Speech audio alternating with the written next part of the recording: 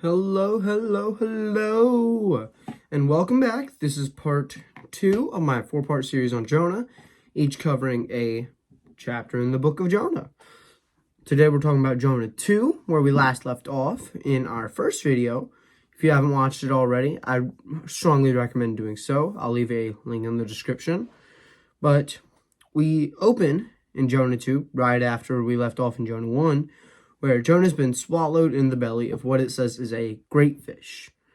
And so it's a cliffhanger ending to chapter 1. And so we pick up here in chapter 2 with a more thorough of what happening in verses 1 through 3, saying, "From inside the fish, Jonah prayed to the Lord his God. He said, 'In my distress I called to the Lord, and he answered me. From the deep in the realm of the dead I called for help, and you listened to my cry. He hurled me into the depths, into the very heart of the seas, and the currents swirled about me. All your waves and breakers swept over me.'" So we see here that Jonah opens in this prayer from within the fish, and he talks about how he was in a bad place, and he cried out to God, and God heard him, and how, he was punished for trying to run from the Lord in the previous chapter, and how all of this is the consequence of his own actions, and how he's in a really physically, spiritually, and mentally bad place. And so it just embodies how broken Jonah is, and how Jonah is really just in a awful place. He hated the Ninevites so much that in the previous chapter, when God asked him to minister to them, he ran away and ultimately decided he'd rather die than minister to the Ninevites. But God showed him that there's still more in his plan for Jonah, which is why he's in this fish. And so Jonah from within the fish here is calling out to the Lord. And so then we continue in verse 4 saying, "I said, I have been banished from your sight, yet I will look again toward your holy temple." So here Jonah's saying that he will repent, and he's going to try and do better, and that he will look again on the Lord's holy temple. And just the way he phrases it, the way he says, "Yet I will look again upon your holy temple," is setting up something he's going to, put throughout this chapter, that he is okay and allowed to have forgiveness, but no one else is. It's a recurring theme throughout the book that we see right here, that he has some kind of superiority complex, that he wants to be forgiven for his wrongdoings, but is unwilling to forgive others for theirs. And so then we continue in verses 5 through 6 saying, "The engulfing waters threatened me, the deep surrounded me, seaweed was wrapped around my head. To the roots of the mountains I sank down, the earth beneath bared me in forever. But you, Lord, my God, brought my life up from the pit." So let me start by confronting any confusion. Jonah is still in the belly of the fish at the bottom of the sea, but he's using his literal deepness in this water as a metaphor for his spiritual place right now. And he's saying that he spiritually is at the all-time low, that he is at the root of the mountains. Like he's saying he's dead and he's gone without hope beyond everything. But he says that the Lord pulled him up from that pit, and that, God has saved him from the spiritual death and brought him up. And then we see he talks about it more in verse 7, saying, "When my life was ebbing away, I remembered you, Lord, and my prayer rose to you, to your holy temple."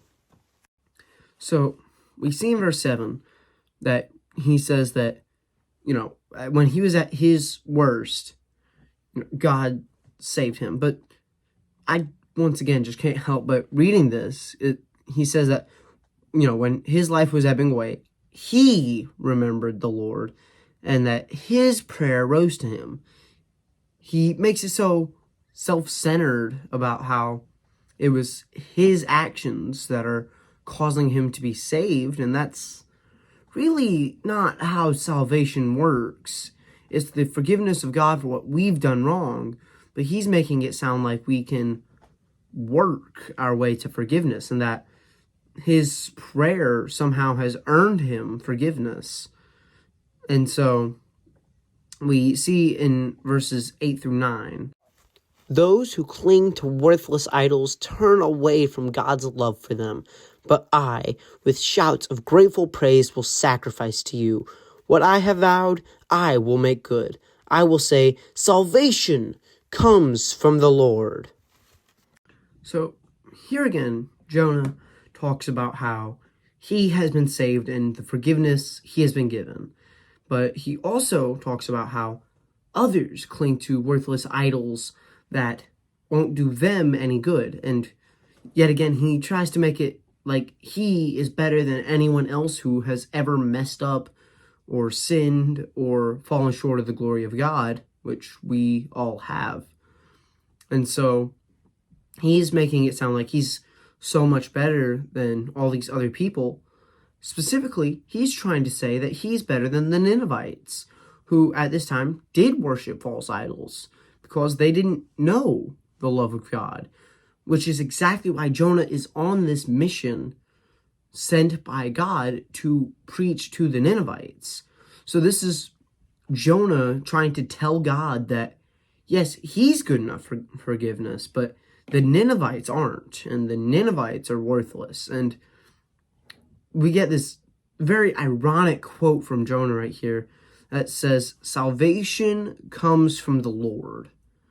And he fully acknowledges that the Lord can save whoever he wants, whenever he wants, whyever he wants.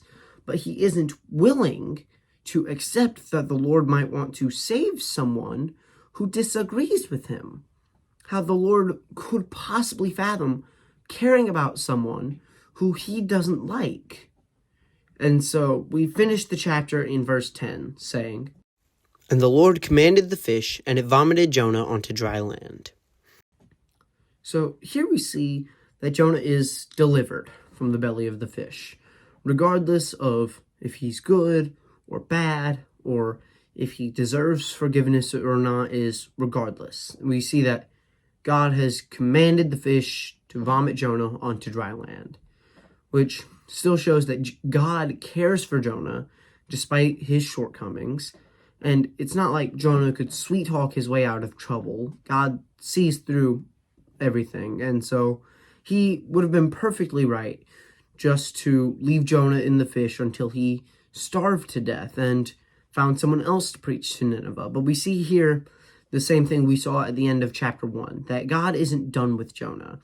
Despite the fact Jonah is broken and Jonah is disappointing God at every possible opportunity, we see that God still cares about Jonah, and God still has this mission for Jonah, and that Jonah isn't done yet just because he's broken.